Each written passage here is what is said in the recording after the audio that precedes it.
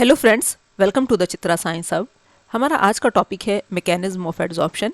इसमें क्या है, हम थर्मोडायनेमिक पैरामीटर स्टडी करेंगे आपके एड्जॉर्प्शन के अंदर कि आपका डेल्टा एच की वैल्यू क्या होगी, डेल्टा जी की क्या होगी, डेल्टा एस की क्या होगी। तो पहले हम देख लेते हैं कि ये आपका एड्जॉर्प्शन जो है हो क्यों रहा है। Adsorption is due to the fact that surface particles of the adsorbent are in the different state than the particles inside the bulk. अब जो एड्जॉर्बेंट है वो आपका, उसके भी अपने कुछ पार्टिकल्स हैं, कुछ पार्टिकल से मिलके हमारा बना है एड्जॉर्बेंट। तो जो पार्टिकल आपके सरफेस के ऊपर होंगे और जो बल्क में होंगे, दोनों की स्टेट में डिफरेंस होगा, दोनों अलग अलग स्टेट में होंगे। अब जो एड्जॉर्बेंट के अंदर जो हमारे फोर्सेस हैं, जो पार्टिकल्स के बीच में फोर्सेस हैं, वो आपकी सब पार्टिकल्स के ऊपर इक्वल फोर्स आपकी नहीं लग पा रही है। तो आपका इस वजह से क्या है कि जो अंदर वाले मॉलिक्यूल हैं उनमें तो क्या है, जो बिल्कुल इंटीरियर में है, आपकी चारों तरफ से फोर्स लग रही है। अब जो सरफेस पे है आपका, जो नियर द सरफेस है आपका या सरफेस पे है आपका, तो वो क्या है कि आपका उनके पास जो है अनबैलेंस्ड फोर्सेस हैं। तो अब क्या होगा कि वो जो बाहर के पार्टिकल्स, यदि उसकी सरफेस पे कोई पार्टिकल आएगा तो उसे अपनी तरफ अट्रैक्ट करने की कोशिश करेगा। तो इसकी वजह से ही जो है, जो एड्जॉर्बेंट की सरफेस के ऊपर यदि कोई मॉलिक्यूल आता है तो वो उसे अपनी तरफ खींच लेता है, अपनी तरफ अट्रैक्ट कर लेता है और वो उसकी सरफेस पे एड्जॉर्ब हो जाता है। These forces of adsorbent are responsible for attracting the adsorbate particle on its surface। और यही हमारी जो अनबैलेंस्ड फोर्सेस हैं, जो उसके अंदर हैं आपके अनबैलेंस्ड फोर्सेस, जो उन पार्टिकल, जो उस एड्जॉर्बेंट के अंदर जो अनबैलेंस्ड फोर्सेस हैं, वही क्या कर रही हैं, एड्जॉर्बेट पार्टिकल्स को अपनी सरफेस की तरफ अट्रैक्ट कर रही हैं। During adsorption there is always decrease in residual forces of the surface. आपका एड्जॉर्प्शन के अंदर हमेशा क्या है, जो रेजिडुअल फोर्सेज में आपका डिक्रीज होता है। क्यों होता है?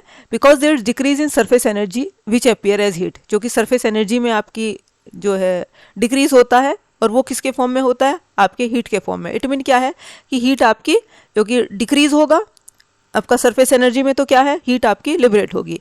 Adsorption therefore is invariably accompanied by evolution of heat. तो एड्जॉर्प्शन इसलिए जो है आपका जो जब प्रोसीड अप होता है तो इवोल्यूशन ऑफ हीट होता है। That is it is an exothermic process. Adsorption हमारा एक एक्सोथर्मिक प्रोसेस है।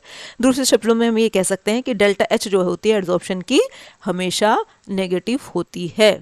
When a gas is adsorbed, the freedom of movement of its molecule become restricted। अब जब गैस के मॉलिक्यूल उसकी सरफेस पे एड्जॉर्ब होंगे, अब वो आपका फ्री स्टेट में है तो वो फ्री हैं। अब जो वो चूंकि उनका रेस्ट्रिक्टेड मोशन हो जाएगा, वो आपके जब सरफेस पे एड्जॉर्ब हो जाएंगे, तो अब हमारा जो है एंट्रोपी क्या है, मेजर ऑफ रैंडमनेस या डिसऑर्डरनेस। वहाँ तो वो डिसऑर्डर्ड है, उसकी सरफेस पे वो ऑर्डर्ड अरेंजमेंट में आ गए, तो इट मीन क्या है, एंट्रोपी उसकी घट गई।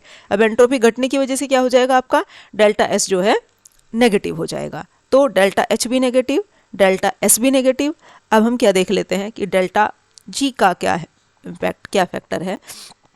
For a process to be instantaneous कह लें, स्पॉन्टेनियस कह लें, the thermodynamic requirement that delta G must be negative. अब इस जो है स्पॉन्टेनियस प्रोसेस के लिए डेल्टा जी हमेशा नेगेटिव होना चाहिए। अब डेल्टा एच तो हमारा ऑलरेडी नेगेटिव है, डेल्टा एस भी नेगेटिव है। अब हमें देख लेते हैं कि डेल्टा जी हमारा कैसे हो सकता है नेगेटिव। डेल्टा जी हमारा नेगेटिव तब हो सकता है जब डेल्टा एच की सफिशिएंटली हाई नेगेटिव वैल्यू हो। जैसे अब हमने दो एग्जांपल लिए, एक जगह हमने डेल्टा एच लिया माइनस के 150, एक जगह लिया माइनस के 250। तो वहाँ डेल्टा जी की नेगेटिव वैल्यू होगी जहाँ पे डेल्टा एच की सफिशिएंटली नेगेटिव वैल्यू होगी। क्यों? क्योंकि माइनस के टी डेल्टा एस की वैल्यू हमारी पॉजिटिव हो जा रही है। क्यों हो जा रही है? क्योंकि डेल्टा एस की वैल्यू नेगेटिव है, नेगेटिव नेगेटिव मिलके पॉजिटिव हो जाएंगे, तो ये फैक्टर तो पॉजिटिव ही रहेगा दोनों में। तो अब हमारा माइनस में आंसर कब आएगा, तब ये नेगेटिव वाली वैल्यू बहुत ज़्यादा हो जाएगी। अब हमने दो एग्जाम्पल लिए हैं, एक में डेल्टा एच लिया माइनस के 150, एक में लिया माइनस के 250। तो माइनस के 150 तब लिया तो तब डेल्टा जी की वैल्यू हो गई पॉजिटिव। जब हमने माइनस 250 लिया तो यहाँ हो गई माइनस के 50। तो इससे क्या वो निकला हमारा कंक्लूजन कि डेल्टा एच की वैल्यू हमारी ज़्यादा से ज़्यादा नेगेटिव होनी चाहिए। तो डेल्टा जी हमारा तब नेगेटिव होगा जब डेल्टा एच की value sufficiently high negative value होगी।